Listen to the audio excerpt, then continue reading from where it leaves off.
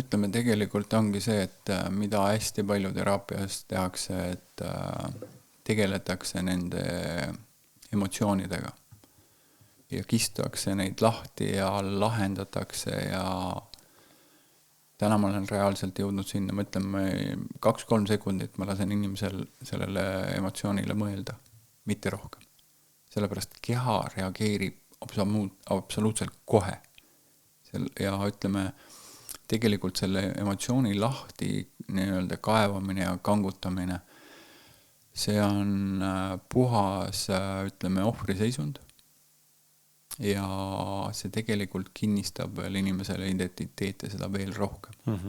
See läbi kogemine uuesti nii. Just, absoluutselt.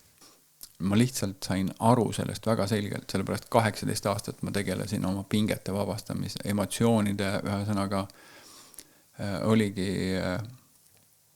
tegelesin selliste asjadega, kus saada tuua oma emotsioonid nähtavale ja ütleme siis tegelesin nende pingete vabastamisega ja täna ma ütlen reaalselt, need ei toimi. Kui need toimiks, kui palju on raamatuid, kui palju on teraapiaid, inimesed peaksid ammu terved olema juba.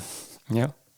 Noh, päriselt inimesed nagu mõelge selle peale ja küsige endalt päriselt, kui palju te olete tegelenud nende emotsioonide vabastamise ja pingete vabastamisega ja kui palju tulevad inimesed mu juurde, ütlevad, kes on 20 aastat juba tegelenud nendega ja ütlevad, Urmas, ma ei saa hakkama.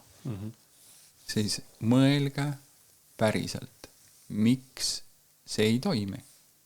See ei ole lihtsalt minu jutt, see on minu taipamine praegu, kuhu ma olen jõudnud, seda ise otsides ja tõesti, kui ma hakkasin tunnete vabastamisega tegelema, siis hakkas mu elu muutuma.